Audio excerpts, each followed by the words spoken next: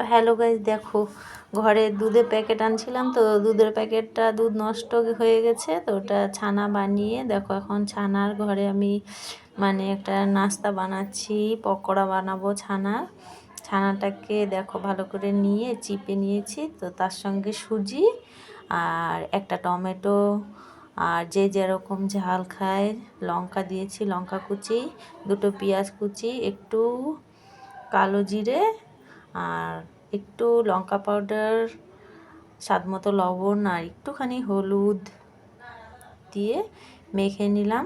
এখন আমি তেলে ভাজবো। তো বন্ধুরা সাদা তেলে ভেজে নিচ্ছি, দেখো এপাশ ওপাশ লাল লাল করে ভেজে নেব। তো হ্যালো বন্ধুরা, দেখো ছানার পকোড়া তৈরি হয়ে গেছে। কে কে খাবে? তো আমার পকোড়াটা কেমন হয়েছে লাইক কমেন্ট করো, ভালো লাগলে টাটা বাই বাই।